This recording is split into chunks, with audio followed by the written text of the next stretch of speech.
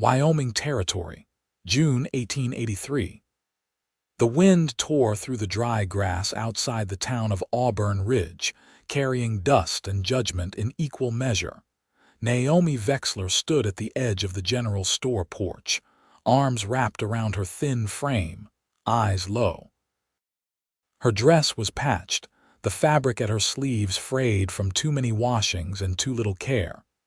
She had once tried to keep it neat, but after a while, even trying had started to feel foolish. Behind her, the whispers curled like smoke. That Vexler girl's still hanging around. Should have left after her pa drank himself to death. No good. Never was. Naomi heard every word. She always did. They had called her worthless since she was 15 when her mother died and her father took to the bottle. When he passed 2 years later, the label stuck like a brand. She was 22 now and still couldn't find steady work. The only job she managed was cleaning Miss Della's boarding house, and even then she slept in the cellar and ate scraps. No friends, no family, nothing left. The townsfolk never let her forget it. A wagon rolled past the main street, pulled by a pair of tired-looking bays. A tall cowboy sat at the reins, a wide-brimmed hat shadowing his face. Dust clung to his coat and boots, and a rifle rested across the saddle beside him. He looked like he had seen too many miles and not enough peace. Naomi did not recognize him. Most new folks passed through without so much as a glance in her direction. She turned to go. "Miss," the cowboy called out, voice deep and even. Naomi froze. He tipped his hat. "You dropped your kerchief." She blinked down. The hem of her handkerchief had caught on a nail by the porch post. She hadn't noticed. "Thank you," she mumbled, stepping down to retrieve it. He dismounted, boots thudding into the dirt. "Name's Merritt Rowen," he said, extending a hand. "Just came in from Bitter Creek." She hesitated, then shook it lightly. "Naomi." His grip was warm and steady. "Nice to meet you, Naomi," she nodded, unsure why his gaze did not shift away like everyone else's. He didn't look embarrassed to be speaking to her. He looked curious, kind.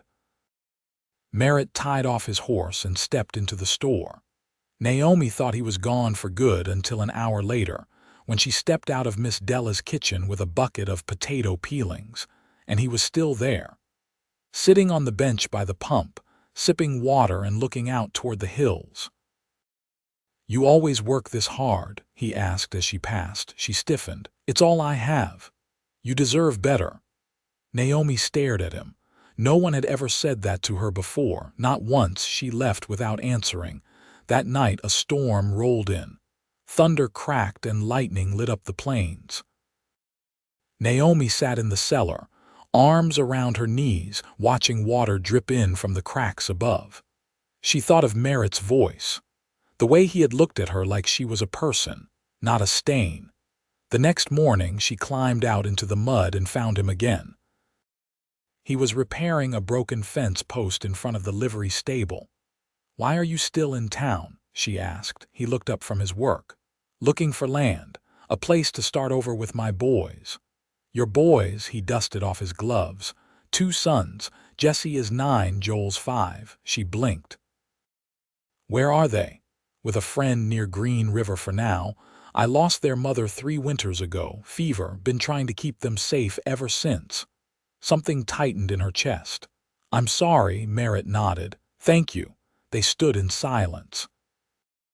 Then he said, "I saw you walking out near the creek last night. Storm near tore your hem off. You all right?" She nodded slowly. "I am now." Over the next few days, Merritt kept finding reasons to talk to her. He asked where the best bread was sold, where the trails led beyond the ridge, what time the freight coach came through. Naomi answered each question carefully, wondering why he asked her instead of anyone else. On the 5th day, he found her by the pump again. "I bought a little land outside town," he said. "Cabin's small, but there's a barn and a well. Could use some help fixing it up." She watched him. "I can pay," he added. Not much, but honest work, she hesitated, and when your boys come, they'll need someone patient, someone who listens. Naomi's voice caught. You do not know me. I know enough, Merritt said. You work hard. You do not lie. You care about things even when no one sees it. She opened her mouth, then closed it again. Later that week, she rode out with him. The cabin stood quiet on a hill, the roof sloping low, the windows dusty but still whole. The barn needed a new door and the chicken wire was falling off the coop, but it was more than she had ever had. On the porch, he looked at her and asked, "What would you do if you were not in that town anymore?" Naomi looked out at the open land, the sky wide above them. "I would breathe," he smiled then. "Not pitying, not forced, just real. You can stay," he said, "if you want." Her throat tightened. "Why me?" "Because you are not worthless," Merritt said, his voice firm. "And I want my boys to grow up learning that people deserve to be seen." Naomi looked at him for a long time. Then she nodded. "I will help you fix the roof," she said. That night, she sat on the porch beside him, the stars coming out above the ridge. He handed her a cup of coffee and leaned his shoulder slightly into hers. "You nervous about meeting them?" he asked quietly. "I am more nervous about losing this." "You will not." She looked at him, eyes wide. "I will not let you," Merritt said. "You are safe here. With me." She turned her face into the breeze, and for the first time in years she smiled. The smell of sun-warmed pine drifted up from the slope behind the cabin, where Naomi stooped in the dirt beside the root cellar, sleeves rolled and palms streaked with pitch. A line of river stones marked the edge of the new garden plot she and Merritt had cleared that morning. Her arms ached, but it was the ache of having done something that mattered. Merritt stood a few feet off, hammering slats into a new chicken run. He paused, looked up at the sky, then at her.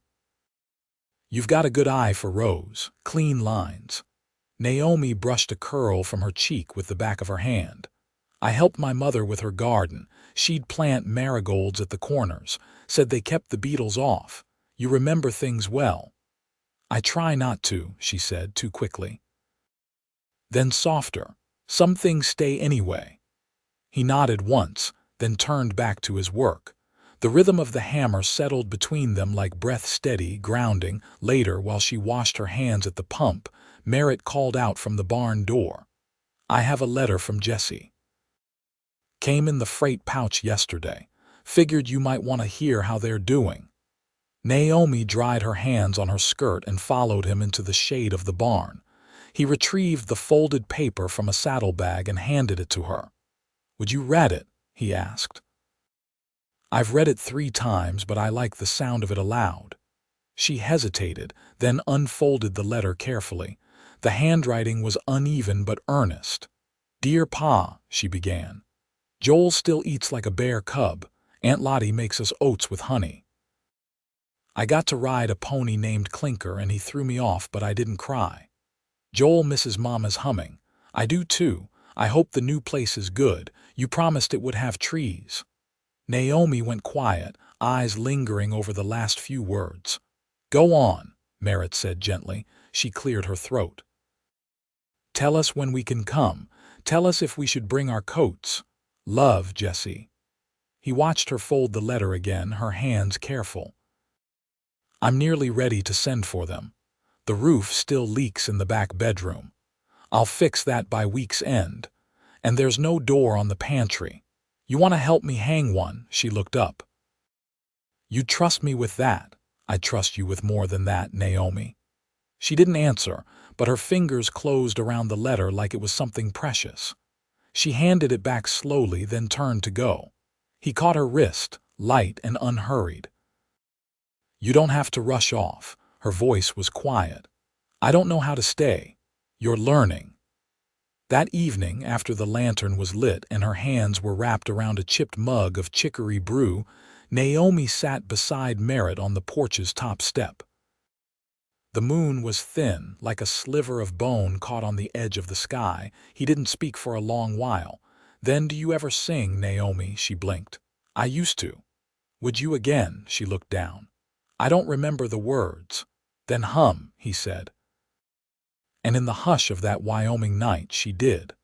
A low, tentative sound, half forgotten but steady. Merritt didn't move or speak, just sat beside her, eyes closed as if he were remembering something too. When the sound faded, he didn't open his eyes. I think they'll like you. She stared ahead. They don't know me. They will. Naomi didn't reply, but she didn't leave either. In the following days, they moved like two people building not just a house, but a rhythm. She repaired the chimney flue while he mended the ox yoke. He taught her to shoot a rifle steady off the porch rail. She taught him to trap gophers without poison. They spoke less and less about the town behind them and more about the fence length ahead. One morning, Merritt came in from the barn with a split lip and a streak of blood on his collar. What happened? She asked, standing fast. Bucking colt caught me under the jaw. Stupid mistake. Sit down. He obeyed and she knelt beside him, dabbing his mouth with a damp rag. Her fingers were firm but gentle. I told you that horse was wild-eyed, she said. You also said he had promise. I didn't say he wouldn't knock sense from you first. When she was done, she stood and turned away. He caught her hand before she could step off. You care? She didn't answer. I'm glad. She pulled her hand free, but not harshly. Don't expect anything from me I haven't offered. I don't, but I see what you give. She left then, but her steps were slower than before. That night, Naomi sat alone in the garden, knees drawn up, listening to the wind comb through the grass. Merritt approached, quiet as dusk. I've been thinking, he said, crouching beside her, about what a home means. She glanced at him. My boys had a mother who sang while she sewed, who kissed their heads when they cried. I can't replace her. I wouldn't try, but I want them to grow up around someone who listens when they speak, who sees them. Naomi's gaze dropped to her hands. What if I don't know how to be that? You already are. He stood and held out a hand. Come inside. She hesitated, then slid her palm into his. It was rough, warm, human. Inside the cabin, the lamp burned low, and the silence between them felt different now, not empty, but waiting. By late July, the heat lay heavy across the hills, pressing down on the earth like a hand. Naomi stood in the shade of the cabin's open door, watching Merritt ride up from the creek trail, his shirt dark at the collar and dust clinging to his jaw. He dismounted slowly, limping slightly as he led the gelding toward the trough. You favoring that leg, she said, not a question. Tripped on a rock in the water, just a pull. She stepped off the porch, wiping her hands on her apron. Let me see, he hesitated. It's nothing. Let me decide that. Merritt sat on the bench beside the door, boot off, and she knelt to roll up the trouser leg. The skin around his calf was red and beginning to swell. You'll need to soak it, then wrap it with something cool. Willow bark if we can find it. He looked at her. Where'd you learn that? My mother had a brother who was kicked by a mule twice. She said a poultice and quiet were better than any doctor 10 miles out. He chuckled softly. I'll take your word for it. She stood and fetched the basin, her movements brisk, focused. As she returned and bent to set it down, his voice caught her. I was thinking about school for Jesse. Joel too, when he's ready. Naomi's hands paused on the basin's rim. There's nothing closer than South Fork. That's over a day on horseback. I had an idea. There's an old sod building past the ridge. Roof's gone, but the walls are sound. Could be worth fixing up. For a schoolhouse. I'd need help convincing the county man to send supplies, but if we built it ourselves, maybe he'd listen. She sat beside him, drying her hands. You want them to learn their letters and more. I want them to grow up thinking they're allowed to know things. She looked down at his bare foot in the basin. No one ever said that to me. Well, he said, maybe someone should have. They sat in silence, the only sound the water lapping against the basin's rim. A breeze stirred the grass outside. "You'd make a fine teacher," he said. She blinked. "I never finished school." "Doesn't mean you can't help start one." She glanced at him. "You trust me with that? I think you've got more sense than half the men I rode with in the war." Naomi didn't answer, but her face turned toward the ridge. The sun was lowering behind it, and the light caught in her lashes. She stood suddenly. "There's willow near the stream bend. I'll bring some bark." He didn't stop her. Just watched her walk down the slope, her steps even, head high. 3 days later they stood in the shell of the sod building. The roof beams had rotted through, but the walls held firm, packed earth and straw pressed into shape by years of wind and weather. Naomi walked through the space, brushing dust from a narrow ledge. "It could hold 10 desks," she murmured. Merritt leaned against the doorway. "Think we could find 10 children?" "If the families near the pass come down, maybe," he nodded. "Then that's our first task." They returned to the cabin, and Naomi drafted a list of names she remembered from the last supply run. Merritt watched her write, his hand resting idly on the edge of the table. "You write slow but sure," he said. "I used to copy Bible verses when I couldn't sleep." "Do you still?" "Not anymore, but I remember them." He folded his arms. "Which ones?" She hesitated, then spoke quietly. "He setteth the solitary in families." Merritt said nothing, but his gaze did not waver. That night they sat by the fire, Naomi mending a tear in his coat while Merritt sorted through lengths of rope and old nails. The silence between them had grown comfortable, filled with the sound of presence, not distance.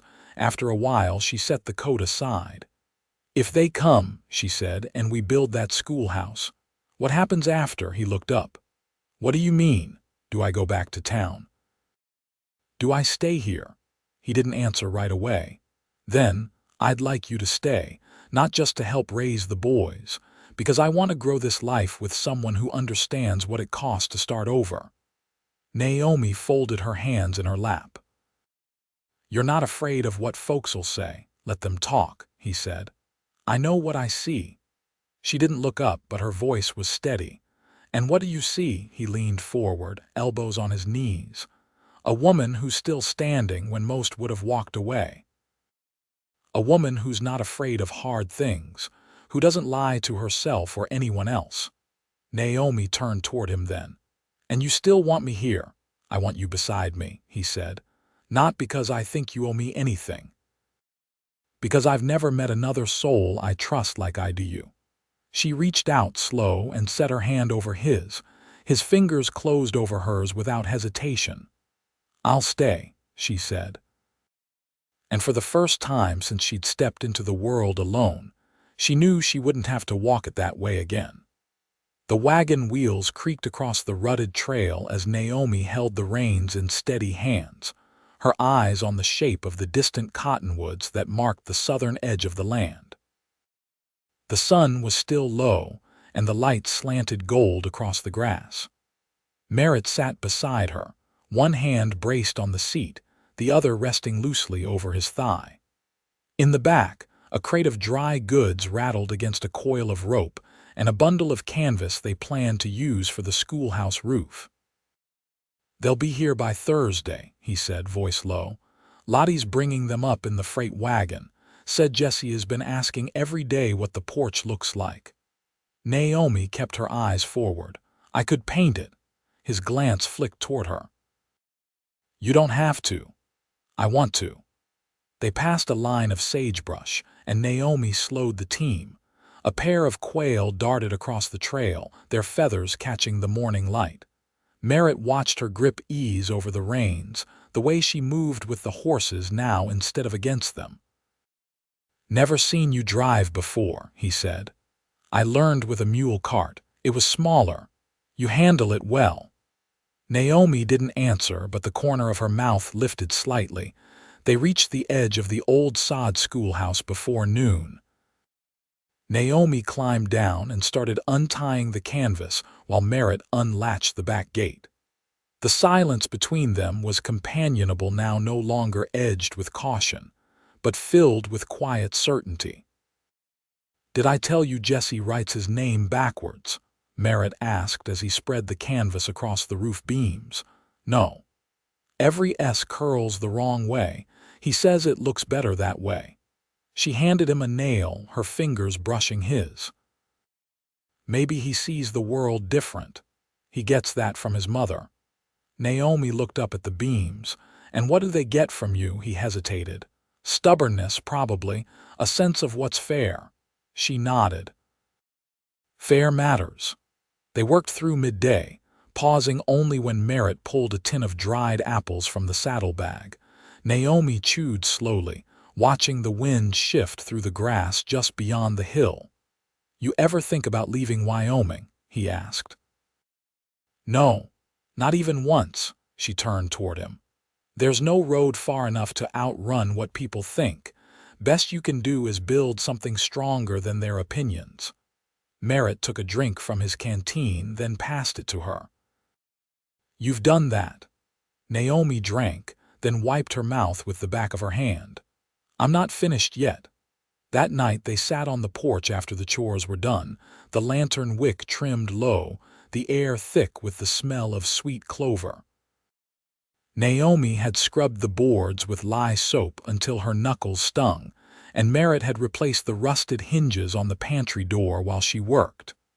"Joel's afraid of thunder," Merritt said after a long silence. "He'll climb under the table and stay there till it passes." Naomi's voice was quiet. "I'll keep a blanket near the hearth. He won't let just anyone near him. Took weeks before he'd speak to Lottie. I won't force him." He turned toward her. "You don't have to be their mother. I know that. But if you want to be something else, something steady, I'd be proud." Naomi looked out into the dark. The crickets had begun their slow chorus, and the stars were just starting to burn through the night's blue skin.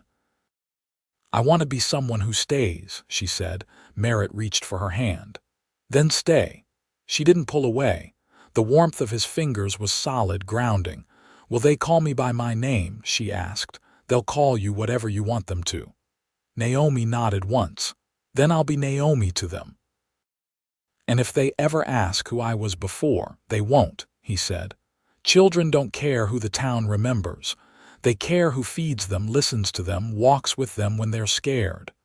Naomi lifted her eyes to his. "And you, I see you. As you are." Not what they said. A gust of wind lifted the hem of her skirt, brushing her ankle. She leaned into him slightly, her shoulder fitting beneath his arm as if it had always belonged there. The porch boards creaked beneath them as they sat in silence. Two people who had come through separate storms to find themselves here, whole enough to begin again. And just beyond the cottonwoods, the road waited. Not to carry them away, but to bring their future home. The boys arrived under a soft gray sky, the kind that held the weight of rain but never delivered. The freight wagon creaked up the path before noon, its sides scuffed, and its canvas top patched in 3 places. Naomi stood near the porch, her hands folded tight in front of her, eyes fixed on the rise of the hill. Merritt stepped down from the barn loft, brushing straw from his sleeves. He walked to stand beside her, close but not touching. "They're taller than I remember," he said as the wagon slowed. Naomi said nothing, but her throat tightened at the sight of the younger one's boots swinging from the edge of the bed, too big by at least a size. The older boy, Jesse, sat beside the driver, his hat pulled low over his brow, watching the cabin with narrowed eyes. Lottie climbed down first, her skirts dusted from the road. Her nod to Merritt was brisk, tired. "They're clean and fed. Joel had a fever 2 nights ago, but it broke." Merritt gave her a quiet thank you, then helped Joel down. The boy clung to his sleeve, his face hidden against Merritt's coat. Naomi waited still until Jesse dropped down on the far side and walked past her, quick and silent, into the yard. He didn't speak, just looked around, jaw set. Naomi turned to Lottie. "Thank you for bringing them." Lottie sniffed. "They're good boys, just need some steadiness." "Same as the rest of us." She climbed back into the wagon without another word and turned the team toward the ridge. That evening, Naomi found Joel curled up by the hearth, one hand tucked beneath his cheek. Jesse sat at the table, watching her peel the last of the apples from the cellar box. "You gonna make a pie with those?" he asked. "If you'd like one," he shrugged. "Mama used to cut the peel in one long curl, said it meant good luck." Naomi didn't look up. "I can try." Jesse crossed his arms. "You ain't her." "I'm not trying to be." Silence stretched between them. "She used to sing when she scrubbed the floors," he said after a while. Naomi set the knife down. "I hum sometimes, not always in tune." Jesse didn't smile, but he didn't leave either. Later, when the fire had burned low and the boys were tucked into the back bedroom, Merritt stood in the doorway and watched Naomi fold the dishcloths with deliberate care. "Jesse didn't argue at supper," he said. "No, he asked if you were staying." "What did you tell him?" "That you already had." She turned then, slow. "I didn't hear you say it. I'm saying it now." He stepped forward, careful. "I want you to belong here, not just in the house, in the shape of our days, in the way they grow up. In the way I wake and fall asleep." Naomi's hands lowered. "I thought maybe you'd hesitate once they came." "I don't hesitate where I've already chosen." Her voice was quiet. "I've never been anyone's first choice. You're mine." He reached for her hand, and this time she didn't flinch. Her fingers slid into his, steady and certain. That night, as the wind turned cool and the stars slipped out from behind the clouds, they sat close on the porch step. No words passed between them, but Naomi rested her head against Merritt's shoulder, and he wrapped his arm around her back like it was the only place it had ever meant to be. Weeks passed. The schoolhouse roof was finished, and Naomi painted the porch in the early hours while Jesse practiced his letters on scrap paper by the window. Joel followed her everywhere, saying little but always within reach. She let him be, never pushing, always patient. One morning, Merritt came up from the barn with a small box in his hand. Naomi was kneeling in the garden rows checking for sprouting shoots. "Found this in the loft," he said. She looked up. He held out the box. Inside, nestled in a fold of cloth, was a brooch, plain brass, oval-shaped, with a faded miniature of a prairie lily pressed beneath glass. "Mama's," he said. "She wore it to church every Sunday." Naomi blinked. "You should give it to Jesse to keep for Joel." "I want you to wear it," her breath caught. "Why?" "Because it's part of what I came from, and you're part of where I'm going." She closed the box gently. "You sure?" "I've never been more." They married in September beneath the cottonwood near the edge of the creek. No church, no minister, just Merritt, Naomi, the boys, and the land that held them. Jesse stood straight in his cleanest shirt. Joel clung to Naomi's skirt and handed her a sprig of wild yarrow he'd picked without a word. After the vows, Merritt kissed her gently, one hand at the nape of her neck. She closed her eyes, and in that moment the world stilled. Years passed quietly. The schoolhouse filled, first with Jesse and Joel, then with children from farther down the trail, 3 from the Redford place, 2 from the mining camp beyond the canyon. Naomi taught them in the mornings, her voice calm, her lessons steady. Merritt helped with the building repairs and watched from the doorway when Joel stood to recite a verse clear to the back wall. Jesse grew tall, restless, and kind. He helped Naomi carry the ledgers for the winter fund and carved her a new chalkboard frame when the old one cracked. Joel stayed close, always watching, always listening. He took to carving too and made Naomi a hairpin from pine, smooth and simple. She wore it every day. The porch weathered, the garden grew.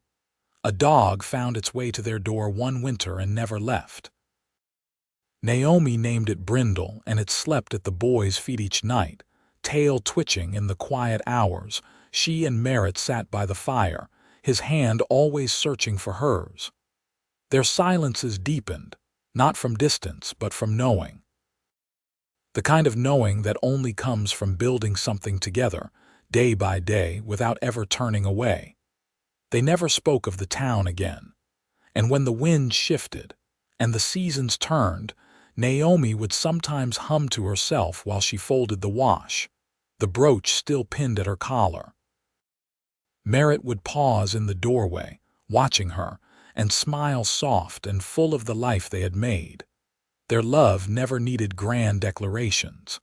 It lived in the way he poured her coffee before his own, in the way she pressed his shirts without being asked, in the way the boys leaned into their steadiness, rooted and sure.